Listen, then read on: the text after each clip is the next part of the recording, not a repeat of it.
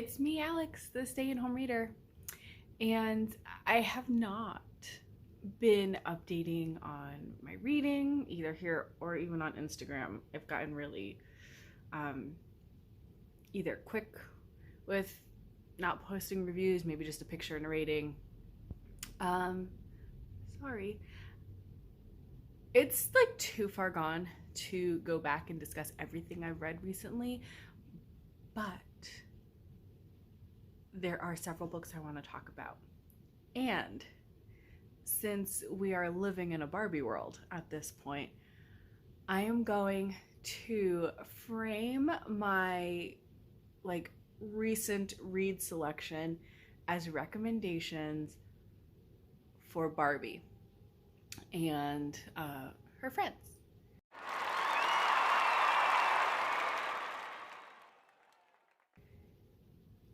So yeah, that's how we're going to discuss some of the books. I'm going to recommend books to the different Barbie characters. And if you like the Barbie movie, and maybe you want to read these because of the way certain elements of them remind me of the Barbie movie. Does that make sense? That's how we're going to try it. Let's try it, okay? So, first of all, I think Barbie and her friends will get more out of the reading experiences by having discussions at girls' night. Or, not every night has to be girls' night. So, maybe they can take a break from beaching and talk with the Kens about some of these books too. So I'm going to build little reading buddy scenarios for some of these books. The first book I want to talk about is The Atmospherians. And this is the one that triggered the idea of making a Barbie movie. If you liked Barbie, read this. It's definitely not as light and fluffy and it's not a bubbly take on serious topics the way the Barbie movie was. This is dark and disturbing, but here comes Daisy. You made it up on the couch? Hi. You want to talk about books? She just wants to nap.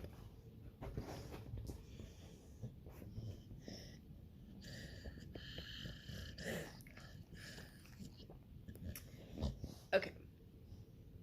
So, The Atmospherians is about a woman who is a social media influencer, and she is a victim of cancel culture because she gets blamed for the suicide of one of her followers. And the way she gets blamed is completely bananas because this follower was a troll. He was harassing her, stalking her, sending her lewd messages, being completely toxic, completely threatening. But when he goes on live and blames her for what he's about to do, yeah, society just 100% turns against her. She loses her following. She loses all her collab and sponsorship deals. Yeah, everything is gone. People won't talk to her. Her famous boyfriend ghosts her. And after a few weeks of having nobody in her corner, her childhood friend, friend from childhood, lifelong friend, kind of hot and cold, comes to see her and asks her to come work on this project with him, which is a summer camp for men. And so the point of this camp is to fix men. And so they have certain types of men that they've brought to be completely cut off and to work on their issues. They have the jock, like the Wall Street guy. A bunch of like stereotypes of masculinity are represented. And they're doing like these group therapy things in like a really extreme experimental kind of way. Um, and then you learn that outside of this camp that they're basically stuck at, society is getting more and more dangerous because there are these, I think, oh, I forgot what they're called, like man pods, where too many men in an area will all of a sudden be kind of lose control and flip cars or yeah, just a bunch of like really aggressive violent acts, and it just happens when like too many men get like stirred up in one area. So the whole book is kind of a play on toxic masculinity, and how these men have to heal from it. And then there's, I guess, a discussion how like they need a woman there. She's the only woman at the camp, and she becomes like their leader. And there's almost like a level of worship there. So it's just a really weird book. Lots of discussion to have about gender. Actually, the author, the copy I had was actually like an advanced reader copy that I picked up somewhere else. It was, and there is an intro from the author who discusses how writing this book really helped them come to terms with how they see themselves in terms of gender. And so I know that name on the book is different. So this name that you're seeing here, because I think all of the copies of the Atmospherians are printed this way. Their new book to be released soon, that I'm pretty excited for, has their correct name now printed on it. So look out for Isle McElroy's new book. But yeah, so I guess the point of the book was to examine gender stereotypes and gender issues in like a kind of out there way. And so I think this would be good for the Kens to read. Hello.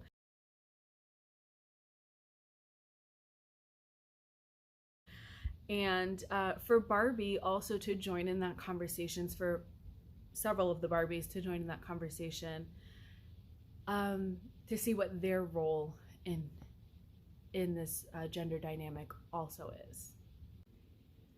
My next recommendation would be for Barbie, Mermaid Barbie, you know what, maybe Diplomat Barbie and Scientist Barbie. I guess there's not actually a scientist Barbie, so we're going to go ahead and give this to Dr. Barbie and Physicist Barbie as representatives of the sciences. And we're also going to throw in Pulitzer Barbie. They can have a little girls' night book club and discuss Mermaids in Paradise by Lydia Millet. This book had the kind of character you would expect from an Ottessa Moshfegh book. However, she was not as gross. I guess if you know Ottessa Moshfegh's type of writing, like she intentionally wants to be disturbing and gross. And Lydia Millet instead has this like kind of unsettling, like, what is she thinking, what is she feeling kind of character. Like, she has issues. She probably needs to talk through. So this main character, Deb, she is on her honeymoon. It takes a little while to get there. Like, it takes a little too long to get started. We learn about the preparations for the wedding. We learn about the beginning of the relationship with her new husband. A lot about her uh, best friend who is a really like off-putting, aggressively controversial, like kind of character who does things like just for reactions. So anyway, she's on a vacation with a honeymoon, a vacation with her new husband. That's a honeymoon. Thank you.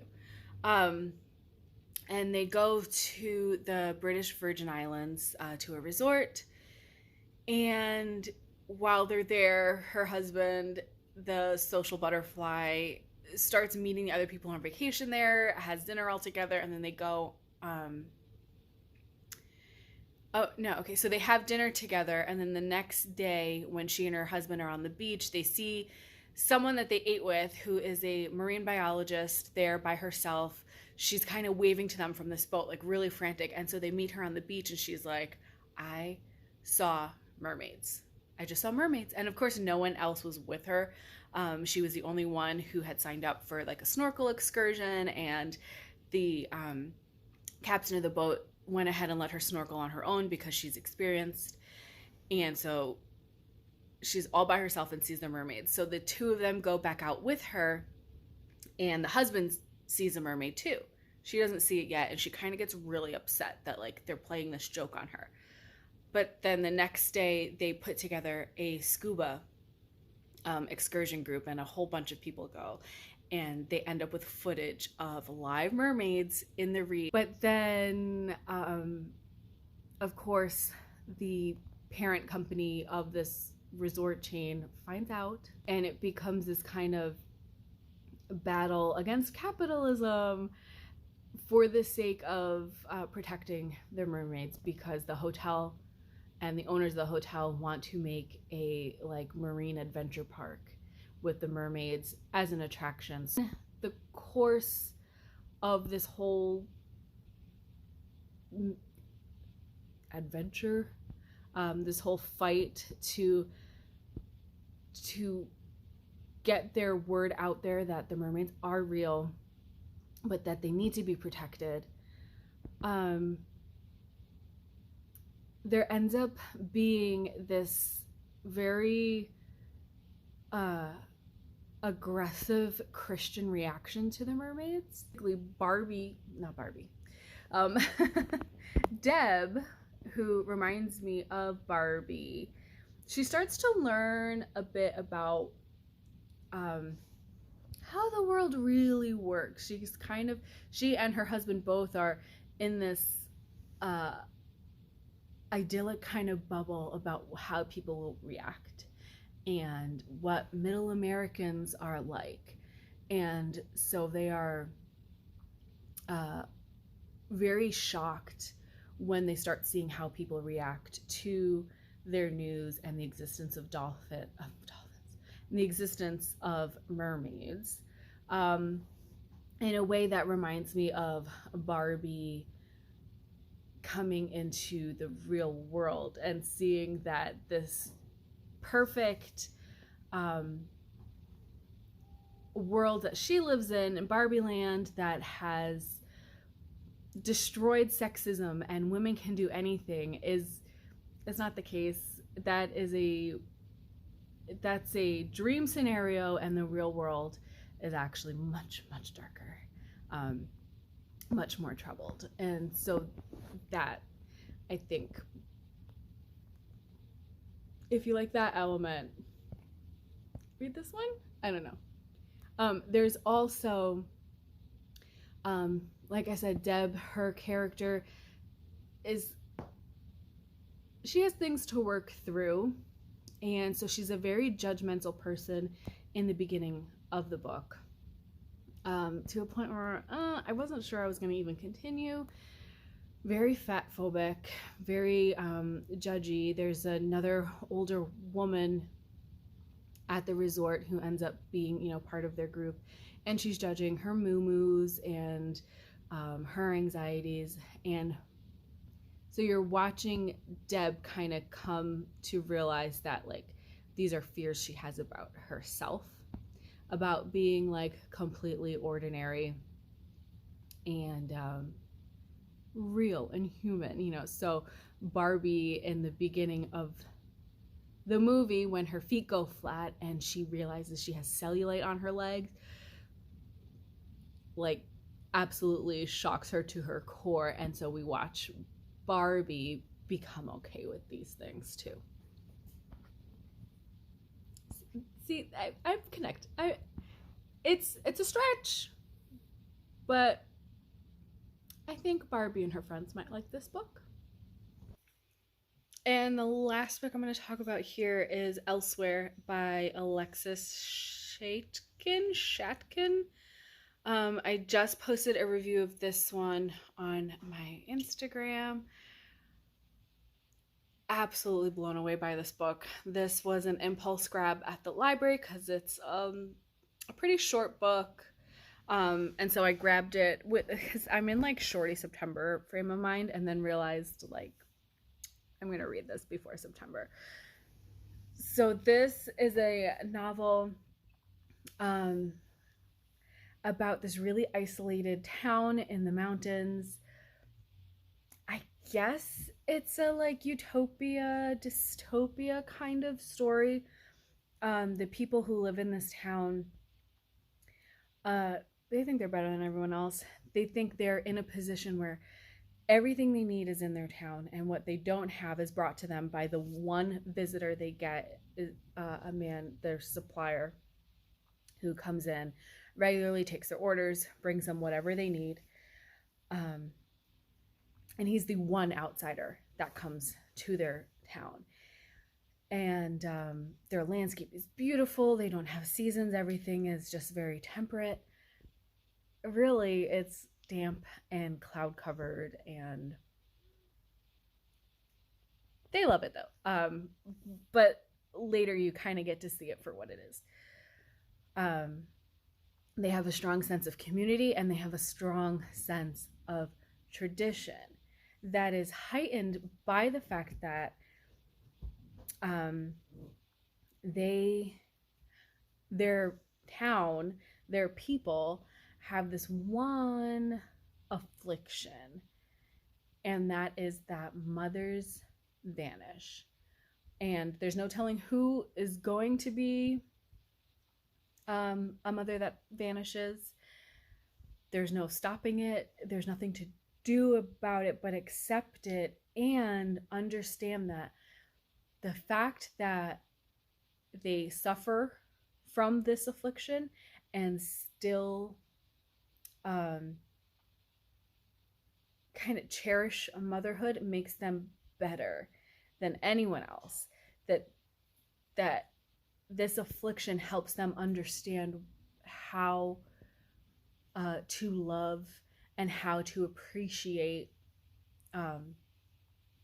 life in a way that people from elsewhere don't get. And so it makes them better than elsewhere, the fact that mothers just kind of vanish. And man,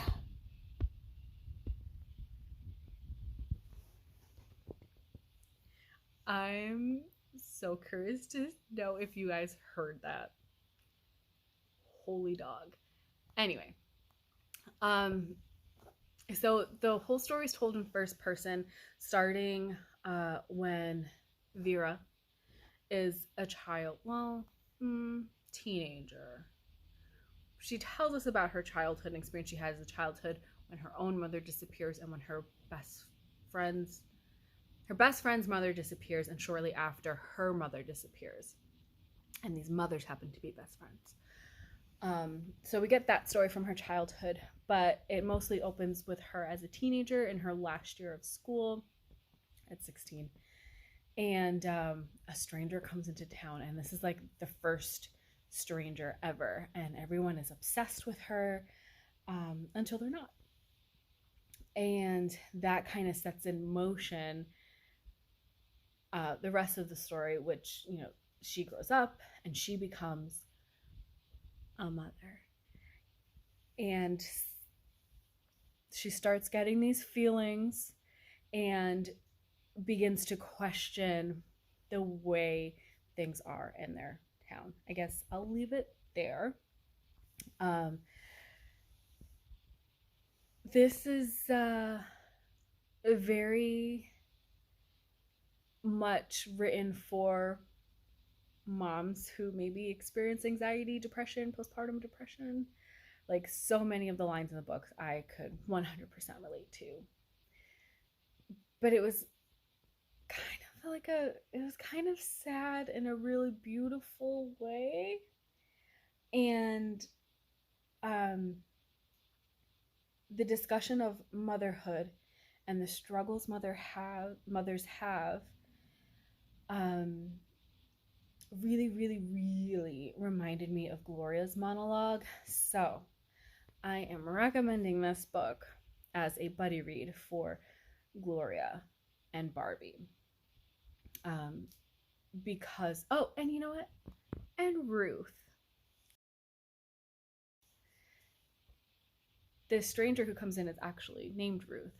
And yeah, they're definitely the mother characters from the Barbie movie. Even Barbie, because she's questioning, what is important, what life is about, what's important in life. And she's learning about the struggles of what womanhood means in an inclusive way. Um, but yeah, that movie was so inclusive, so amazing. Have not seen it yet. Hello, where have you been? Go see it and enjoy. Did I finish talking about Elsewhere? I have no ADHD diagnosis, but hmm. Okay. You know what? If I didn't talk enough about the book, I'll just come back. All right. That's it for today. I think my dog has to go outside. I will talk to you later. Bye.